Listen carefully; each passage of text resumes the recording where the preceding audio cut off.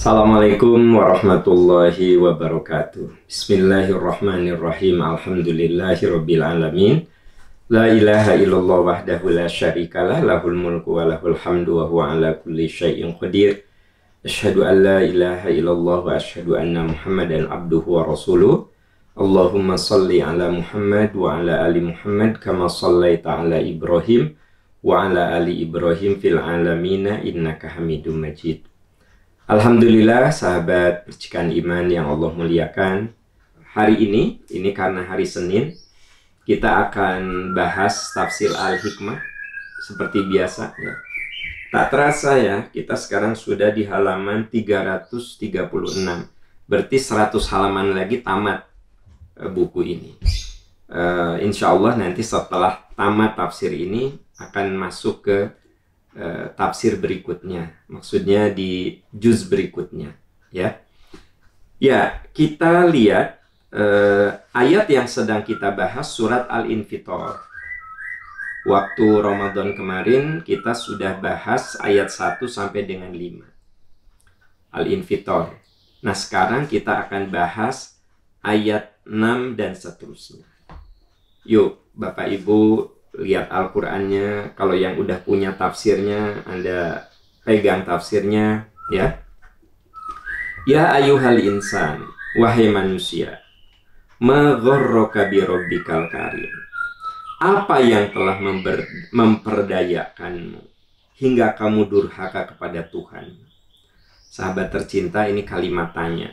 Wahai manusia, apa yang memperdayakanmu sampai kamu durhaka kepada Tuhan? Ini memang manusia itu, menurut ayat ini, makhluk yang ciri khas dari manusia itu kadang lupa berterima kasih.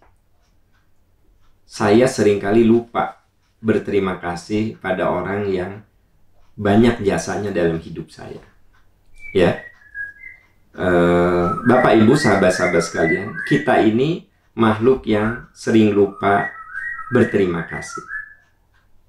Ya ayyuhal insan, wahai manusia, ma gharraka bi rabbikal karim. Apa yang memperdayakanmu hingga kamu durhaka kepada Tuhanmu yang maha mulia? Pakai kalimat yang maha mulia. Lalu disebut ya, kenapa kita harus berterima kasih? Alladzi khalaqaka, Tuhan yang menciptakan. Fasawwaka, menyusun, menjadikan susunan tubuhmu itu seimbang. Jadi sempurna, seimbang. Nah, gitu. Mata kita, hidung kita, telinga kita diciptakan oleh Allah dengan penuh keseimbangan. Saya bisa ngangkat buku ini itu karena karunia Allah. Bapak Ibu, jangankan ngangkat buku ini, ngangkat tangan saja, kalau Allah udah cabut nikmatnya, nggak akan bisa. Ya nggak sih? Ini pulpen ini ringan sekali. Saya bisa angkat karena Allah masih memberikan nikmat sehat pada saya. Tapi coba Anda lihat, ada kan orang yang nggak bisa ngangkat, jangankan pulpen sebesar ini, ngangkat tangannya saja dia udah nggak bisa. Makanya Allah berfirman, wahai manusia, kenapa sih kamu durhaka kepada Tuhan yang menciptakanmu, yang menyusunmu, disusun kita ini dengan segala keseimbangan. Fi ayyi suratim ma syaa rakaba. Dalam bentuk apa saja Allah berkehendak membentukmu, menyusun tubuhmu. Jadi sahabat-sahabat sekalian, kulit kita warnanya begini bukan pilihan kita. Mata kita begini bukan pilihan kita. Ya, rambut saya begini bukan pilihan saya. Gitu. Ada yang lurus, ada yang keriting, ada yang gampang beruban, ada yang tidak beruban, kan gitu. Jadi saudara-saudara sekalian, itu tuh semua karunia Allah. Saya bisa begini, itu saya bersyukur sekali pada Allah. Saya masih bisa menyampaikan sesuatu yang saya punya walaupun sederhana ya.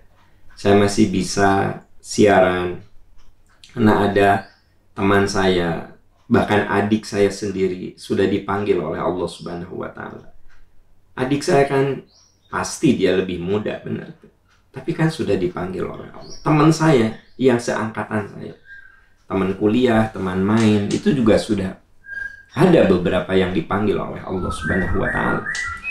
Saya masih bisa beraktivitas, bisa berbuat sesuatu. Maka saya harus menjadi orang yang betul-betul berterima kasih.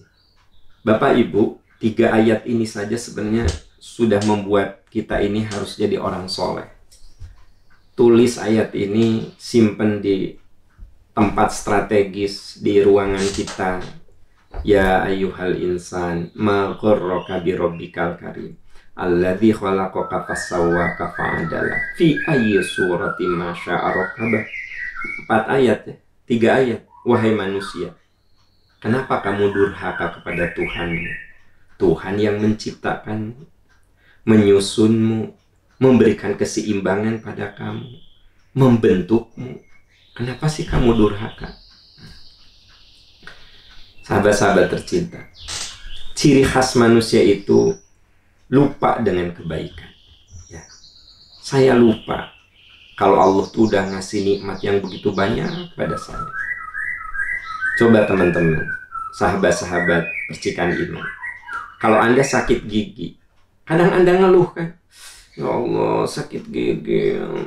Padahal gigi Anda sehat itu jauh lebih lama ketimbang sakitnya.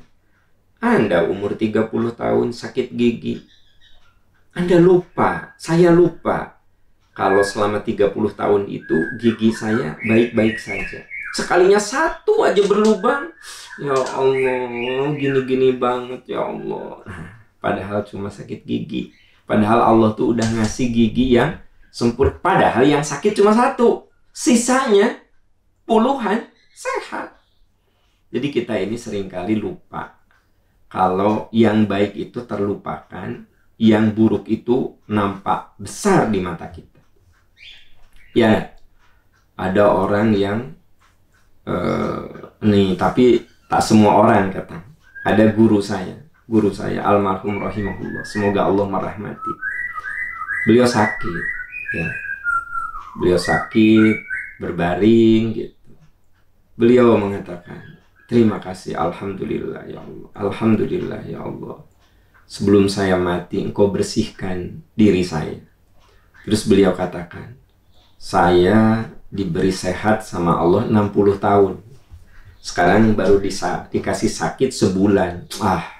Nggak ada apa-apanya dengan sehat yang 60 tahun itu. Jadi beliau mengajari saya ketika saya nengok beliau, Aam, saya itu, beliau katakan, saya diberi umur 60. Nah, ayeuna ya Ustadz Tegering, jadi pakai bahasa Sunda ya.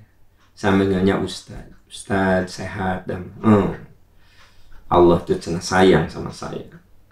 Dan umur saya sudah segini ya, mungkin juga peluang mati saya lebih besar. Saya bersyukur sama Allah. Dosa-dosa saya tuh dibersihkan dulu sebelum saya mati, dibersihkan. Jadi tiap kerasa sakit saya bayangkan ampunan Allah gitu. Terus beliau bilang, ya Ustadz teh dibere sehat 60 tahun, ayeuna dibere gering sabulan, nya atuh jamak atuh eueuh nanaonna gitu. Beliau sampaikan dengan penuh dengan penuh harap gitu, bahwa nggak ada apa-apanya nikmat yang saya terima teh udah 60 tahun. Sekarang saya dikasih sakit sebulan, apa artinya sebulan dengan 60 tahun?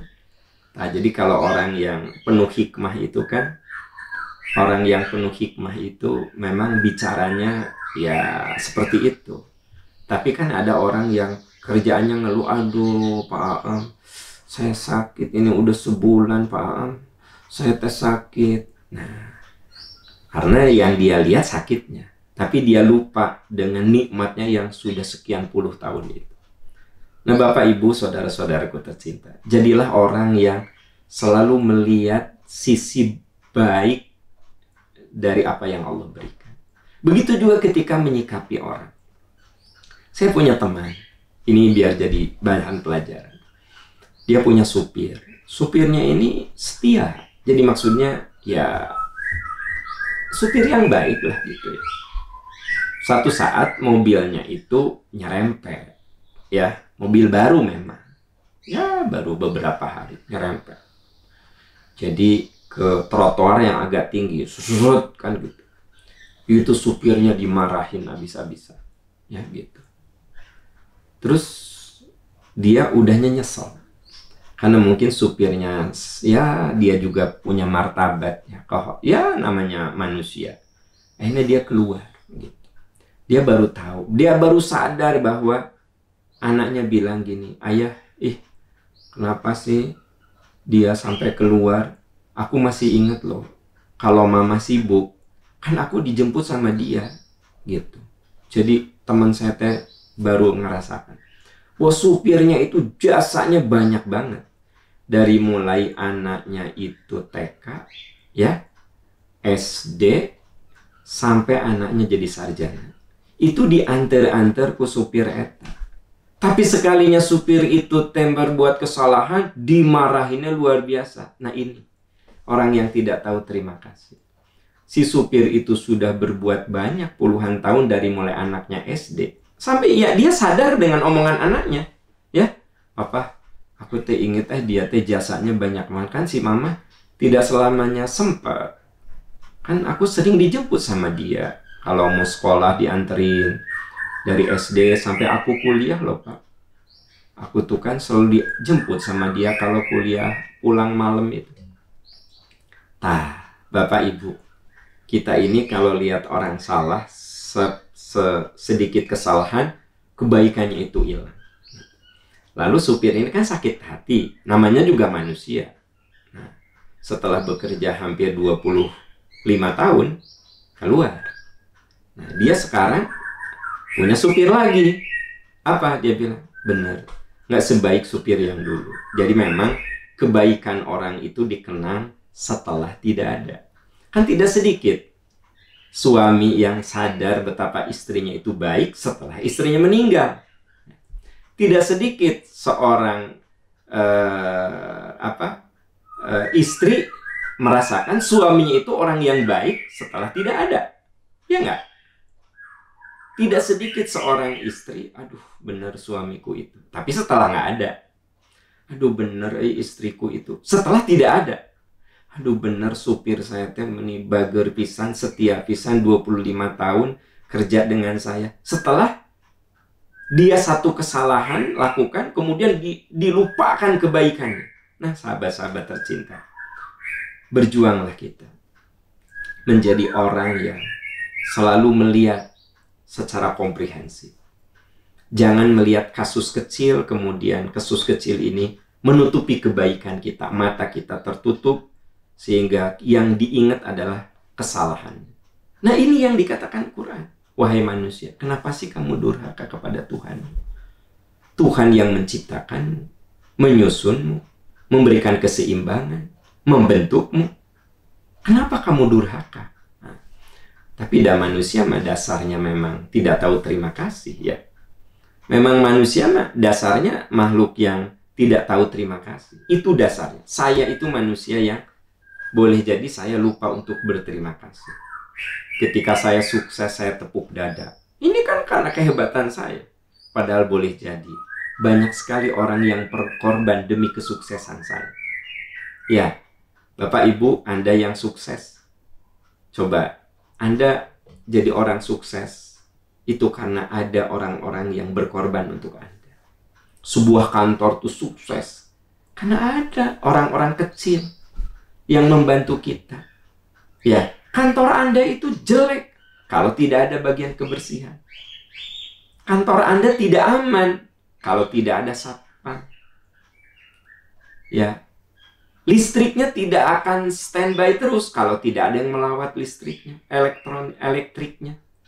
Jadi kita ini jangan selalu menepuk dada kalau sukses, karena di balik kesuksesan kita itu banyak orang yang berkorban untuk kita. Ya, tapi memang dasarnya manusia tidak tahu terima kasih. Ya ayuhal insan, wahai manusia, Ma gharraka bi rabbikal karim. Kenapa kamu durhaka kepada Tuhan? Alladzi khalaqaka, Tuhan yang menciptakan. Fasawwaka fa'adalak, menyusun dengan penuh keseimbangan. Fi ayyi suratin ma syaa rakabak, memberikan bentuk kepadamu. Bapak Ibu sahabat-sahabat yang Allah muliakan, kalau kita lihat nikmat Allah itu kita bisa kelompokkan dalam 3. Kan nikmat Allah mah nggak bisa kita hitung kan. Wa in ta'uddu nikmatallahi la tuhsuha. Kalau kamu menghitung nikmat Allah, kamu tidak akan bisa menghitungnya. Jadi tidak akan pernah seorang pun bisa menghitung nikmat Allah gitu. Tapi mungkin kita bisa untuk lebih menyadari kenapa kita tetap durhaka padahal Allah sudah ngasih banyak pada kita. Kita bisa klasifikasi nikmat Allah itu pada 3 kelompok. Pertama, nikmatul hayat, nikmat kehidupan. Nah, ini nikmat kehidupan ini apa? Kita oleh Allah diberi kehidupan. Di dalam kehidupan itu ada kesehatan. Ya enggak? Di dalam kesehatan itu, di dalam kehidupan itu selain ada kesehatan, ada rezeki. Nah, ini dalam satu rumpun yang namanya nikmat kehidupan ini ada nikmat keluarga, ada nikmat anak, ada nikmat pertemanan, ada nikmat harta, ada nikmat ilmu, ya, ada nikmat karir. Itu namanya rumpun nikmatul hayat, nikmat kehidupan. Alladzi khalaqal mauta wal hayat. Allah yang menciptakan hidup dan mati. Saya hadir di era seperti ini. Nenek moyang, kakek nenek kita hadir di eranya. Anak cucu kita lahir dalam eranya. Kan gitu. Itu semua saudara-saudara bukan pilihan kita. Itulah Allah yang menciptakan hidup dan mati. Liyabluwakum ayyukum ahsanu amala. Nah, ketika kita bicara tentang nikmat hidup, maka bagaimana kita bisa beramal yang terbaik sesuai dengan kapasitasnya masing-masing. Kalau kita jadi guru, jadilah guru yang terbaik untuk murid-murid kita. Kalau kita jadi karyawan, jadilah karyawan terbaik untuk perusahaan kita. Ya kan? Begitu. Kalau kita jadi anak, jadilah anak yang amanah. Kalau kita jadi istri, istri yang amanah. Jadi suami, suami yang amanah. Nah, jadi yang pertama, rumpun pertama adalah nikmat kehidupan. Kalau kita rinci nikmat kehidupan, wah, kita nggak bisa menghitungnya. Tapi memang manusia mah dasarnya itulah. Ya ayyuhal insan, kenapa sih kamu? Jadi manusia mah makhluk yang suka lupa berterima kasih. Dan ayat lain mengatakan bahwa sedikit sekali manusia yang bersyukur. Makanya Ibnu Abbas ketika tawaf, beliau mengatakan, ya Allah, jadikan aku orang yang sedikit, jadikan aku orang yang sedikit, jadikan aku orang yang sedikit. Sahabat bertanya, kenapa kamu berdoa jadikan aku orang sedikit? Lalu Ibnu Abbas mengutip ayat, tidakkah kamu tahu bahwa Allah berfirman, sedikit sekali hamba yang berterima kasih. Nah, jadi teman-teman sekalian, sahabat-sahabat yang Allah muliakan, mari kita berjuang menjadi manusia yang sedikit, yaitu manusia yang berterima kasih atas nikmat Allah. Jadi pertama adalah nikmat kehidupan. Sekali lagi, nikmat kehidupan ini di dalamnya itu banyak sekali. Ini kan hanya rumpun, ya. Sekali lagi apa? Nikmat umur, nikmat sehat, nikmat keluarga, nikmat keturunan, nikmat rezeki, harta, nikmat ilmu. Wah, seabrek-abrek. Tapi kan kita suka lupa ya. Kalau satu saat sakit, yang kita ingat cuma sakitnya. Kita lupa kalau Allah tuh udah ngasih sehat begitu banyak. Nah, itu yang pertama. Yang kedua, rumpun yang kedua adalah nikmat. Yang kedua adalah rumpun yang kedua adalah nikmat akal. manusia itu dimuliakan karena kekuatan akalnya. Qul huwallazi ansha'akum wa ja'ala lakumus sam'a wal absara wal af'idata qalilan ma tashkurun. Nah, ini juga sedikit sekali orang yang bersyukur. Allah memberikan kepadamu pendengaran, penglihatan, akal, tapi sedikit sekali manusia yang berterima kasih. Qul huwallazi ansha'akum. Katakan, Allah yang menciptakan. Wa ja'ala lakumus sam'a, Allah menciptakan untukmu pendengaran, wal absara, penglihatan, wal af'idata, akal dan nurani. Qalilan ma tashkurun, sedikit sekali kamu berterima kasih. Jadi benar, teman-teman sekalian, manusia mah makhluk yang paling tidak bisa berterima kasih. Allah memberikan akal pada kita. Dengan akal lah manusia bisa membangun peradaban. Kadang saya kita semua tercengang lah gitu ya. Bagaimana manusia oleh Allah diberi kecerdasan. Anda kalau datang ke Candi Borobudur, coba Anda lihat presisi antara satu batu dengan batu yang lain itu bagaimana. Sangat akurat, benar nggak sih? Presisinya akurat sekali. Padahal waktu itu belum ada teknologi laser. Sekarang ini antara satu batu dengan batu yang lainnya itu presisinya pas, ya ada teknologi laser, ya kan? Begitu. Kemudian ada animasi dengan teknologi komputer. Dulu waktu Borobudur itu dibangun, mana ada teknologi seperti itu? Tapi kok bisa? Nah, akal.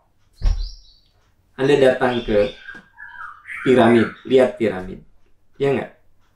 Bagaimana bongkahan-bongkahan batu yang beratnya 3-12 ton itu disusun. Padahal waktu itu belum ada alat berat. Ini diciptakan sebelum Masehi. Kebayang nggak sama Anda? Dan batunya itu didatangkan dari daerah Aswan, 1000 km dari Kairo. Saya tidak mengerti bagaimana bongkahan batu dipindahkan 1000 km dengan jumlah yang bukan 1-2 buah batu, ribuan. Pakai apa coba? Kecerdasan manusia. Itu yang masa lalu. Sekarang, masa modern sekarang, bagaimana sebuah pesawat bisa ngangkut 800 orang?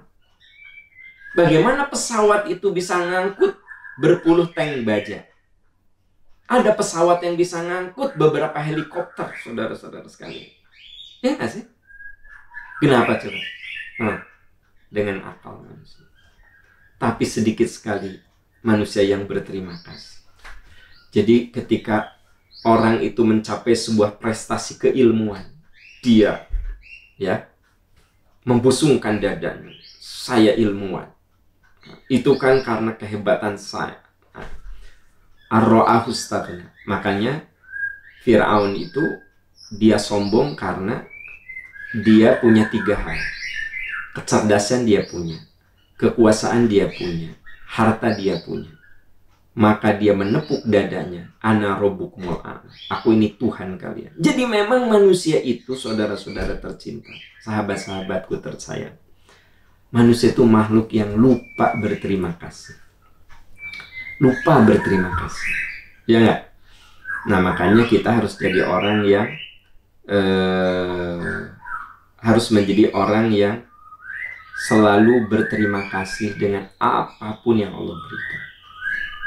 Jadi yang kedua adalah nikmat kemampuan berpikir. Dan dengan kemampuan berpikir inilah manusia bisa menciptakan peradaban, ilmu dan peradaban. Ya, manusia bisa menciptakan ilmu dan peradaban. Saudara-saudaraku tercinta, akallah yang menyebabkan manusia ini mendapatkan taklif, kewajiban. Jadi kalau seseorang itu akalnya sudah bermasalah, maka kewajiban itu gugur. Ada orang yang sudah pikun sampai hafalannya hilang atau ngaco gitu. Allahu Akbar, bukannya Fatihah, tapi at-tahiyatul mubarakatus sholawat. Begitu tahiyat, Alhamdulillahirabbil alamin arrahmanir rahim. Pertanyaannya, sah nggak sholatnya? Ya biarkan saja. Kenapa? Karena memorinya sudah bermasalah. Gitu. Itu gugur kewajiban. Rufi'al qalamu an tsalatin. Jadi orang kalau sudah terlalu pikun, kan dicabut kewajibannya. Iya nggak sih? Ada orang yang nanya, Pak Aam, ibu saya umurnya udah 90 tahun, jadi bacaannya sih masih hafal, tapi salah nempatkan gitu loh. Ya nggak apa-apa Bu, biarkan saja. Kenapa? Ya sudah, dicabut kan kewajibannya gitu. Jadi kapan seseorang itu sanksinya dicabut, kewajibannya ketika akalnya bermasalah. Jadi akal lah sebenarnya yang menyebabkan, salah satu unsur yang menyebabkan seseorang itu dapat taklif. Ya, selain baligh, selain beragama Islam, yaitu akal. Ya, kemampuan berpikir begitu. Nah, saudara-saudaraku tercinta, ini rumpun yang kedua, yaitu nikmat akal. Jadi rumpun pertama nikmat kehidupan. Rumpun yang kedua adalah nikmat akal. Rumpun yang ketiga nikmat hidayah. Coba Anda lihat. Kalau ini berbentuk piramid, maka yang paling banyak adalah nikmat kehidupan. Nanti piramid itu kan naik begini kan? Nah, yang tengah itu nikmat akal. Dan yang di ujung, nah, kan piramid begini ya, set. Yang di atas itulah nikmat hidayah. Jadi orang yang dapat nikmat hidayah lebih sedikit lagi. Gitu. Nikmat hidayah. Saudara-saudaraku tercinta, Anda hadir di sini sekarang. Saya hadir di sini. Itu karena Allah memberikan hidayah. Ada terpanggil, ada keterpanggilan untuk mendengarkan nasihat. Ya, ada keterpanggilan. Ada keterpanggilan untuk ibadah. Ada keterpanggilan untuk berbagi. Ada keterpanggilan untuk berbuat baik kepada orang. Itu nikmat hidayah. Itu nikmat hidayah, teman-teman sekalian. Kan ada orang yang tahu agama, paham agama, tapi tidak mengamalkan agama. Ya, teman-teman yang hadir di sini itu menyadari betul bahwa kita ini harus berterima kasih kepada Allah karena Allah sudah memberikan nikmat hidayah. Yaitu dengan cara apa? Berusaha untuk menjadi orang baik, menjadi orang soleh, menjadi orang yang lebih mengutamakan bahwa hidup ini hanya sekedar sarana saja, sarana saja. Jadi dunia itu, teman-teman, sahabat-sahabat, jangan ada dalam hati kita, cukup ada di genggaman kita saja. Dunia itu perlu, harus punya, tapi di sini, di genggaman, bukan di sini. Di sini mah agama, di sini mah hidayah. Nah, di sini hidayah, di sini hidayah. Dunia di mana? Di tangan saja. Kalau dunia ada di tangan, ya, iman, hidayah ada dalam hati dan pikiran, maka dunia bisa kita gunakan untuk akhirat. Nah, tapi kalau dunia ada dalam hati, dia yang membuat kita tidak akan pernah merasa kenyang.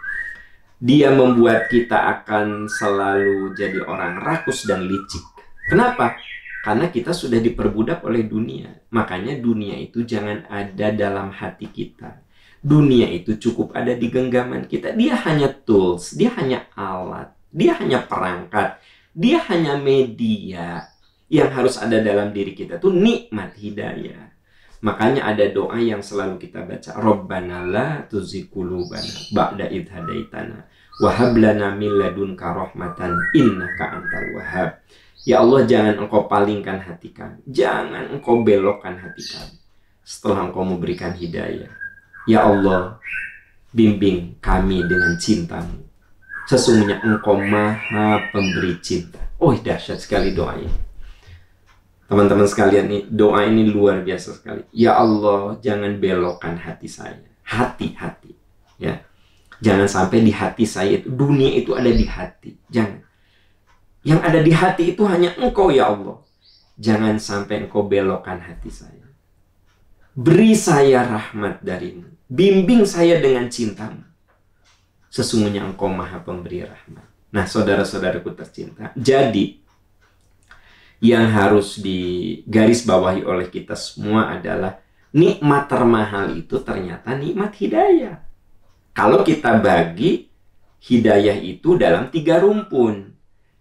Nikmat kehidupan, nikmatul hayat, nikmatul akal, nikmatul hidayah. Nikmat kehidupan itu ada di level paling bawah dalam sebuah piramid.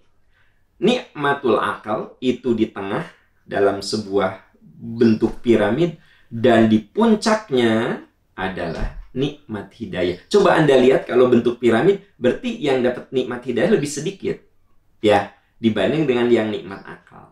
Nah, gitu. Berarti tak semua orang yang diberi akal itu punya hidayah. Tapi semua yang dapat hidayah, pasti dia diberi akal. Nah, saudara-saudaraku tercinta, kita sedang membahas surat Al-Infitor ayat 6-8. Ya ayyuhal insan, wahai manusia, ma gorroka birobbikal karim. Kenapa kamu durhaka kepada Tuhanmu? Mengapa kamu durhaka kepada Tuhan? Alladzi khalaqaka, Tuhan yang menciptakanmu. Fasawwaka fa'adala, Tuhan yang menyusun dan menyeimbangkan dirimu. Kita bisa seimbang, saya duduk bisa begini, saya bisa ngangkat tangan begini, saya bisa begini. Karena Allah memberikan keseimbangan pada saya. Begitu. Fi ayyu suratim masya'a rakaba. Dan Allah berkuasa memberikan bentuk kepada kita. Jadi saudara-saudaraku tercinta, sahabat-sahabat, percikan iman yang Allah muliakan. Sekali lagi ayat ini betul-betul harus terhunjam dalam diri kita. Agar kita menjadi orang yang selalu berterima kasih. Selalu bersyukur atas apa yang Allah berikan kepada kita. Nikmat Allah yang kita terima itu jauh lebih banyak daripada ujian yang Allah berikan pada kita. Dan jangan salah bahwa selama kita hidup, kita akan diuji. Coba Anda lihat di dalam surat Al-Anbiya ayat 35. Kullu nafsin dha'iqatul maut wa nabluukum bisyarri wal khairi wa inna ilaina kami akan mengujimu dengan baik dan buruk. Setiap manusia itu akan merasakan mati. Kullu nafsin dha'iqatul maut wa nabluukum bisyarri wal khairi fitnah wa ilaina turja'un. Gitu. Setiap manusia akan merasakan mati. Sahabat-sahabat tercinta, mati itu ada rasa. Jadi setiap manusia akan merasakan mati.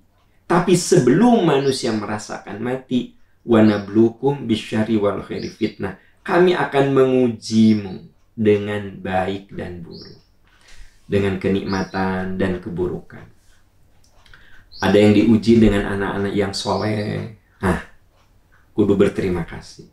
Ini Allah ngasih anak-anak yang soleh, balager, bisa diatur, berterima kasih sama orang tua. Itu bukan karena kehebatan kita.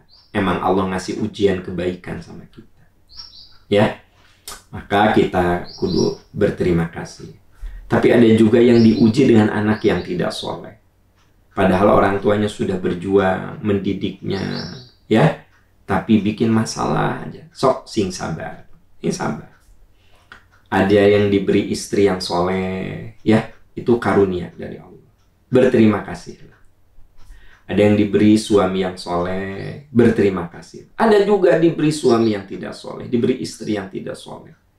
Maka tugas kita adalah menyadari wa nabluukum bisyarri wal khairi fitnah. Kami akan menguji dengan kebaikan dan keburukan. Dan ada saat kebaikan dan keburukan itu ujiannya silih berganti. Ada saat diberi baik, ada saat diberi ujian buruk. Wa ilaina turja'un. Tapi pada akhirnya kamu akan kembali kepadaku. Nah, ini kunci teman-teman sekalian, sahabat-sahabat tercinta. Wa ilaina turja'un. Pada akhirnya kamu akan kembali kepadaku.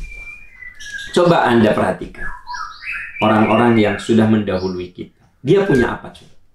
Punya apa? Ada yang punya pengikut begitu banyak, mati juga. Ada yang punya kekayaan begitu banyak, wafat juga. Ya. Makanya kan saya sering kali ngajak teman-teman, Anda yang sedang diberi amanah kekuasaan, jadilah orang yang berterima kasih. Kekuasaan itu jangan sampai membuat kita sewenang-wenang, tapi jadikan kekuasaan itu sarana untuk kita mengabdikan diri kepada Allah.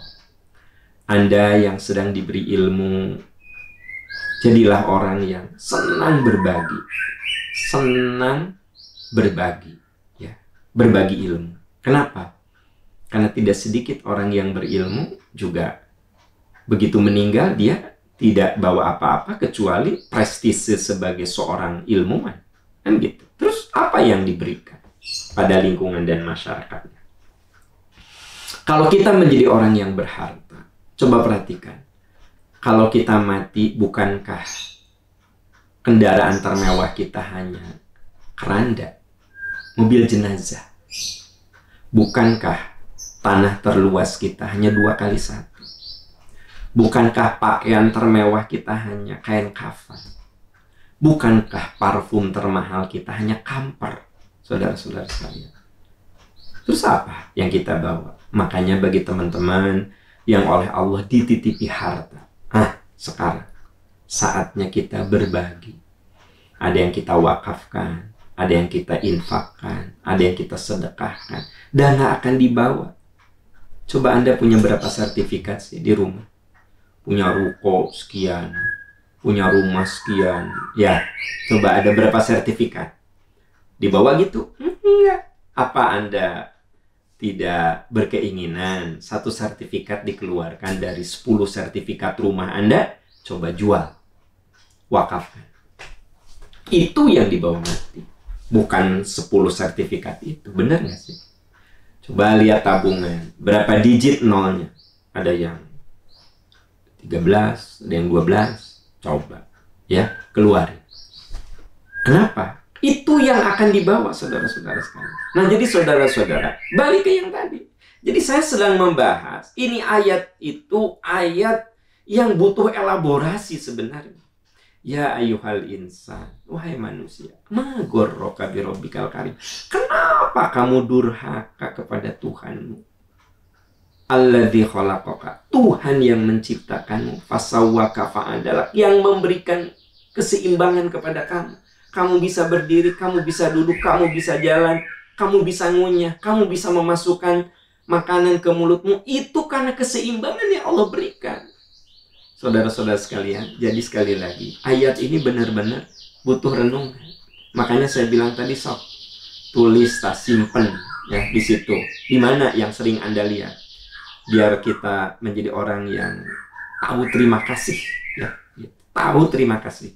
Dan memang manusia makhluk yang suka lupa berterima kasih, gitu. Sahabat-sahabat tercinta, itu surat yang bisa kita bahas hari ini, Al-Infitor ayat 6-8.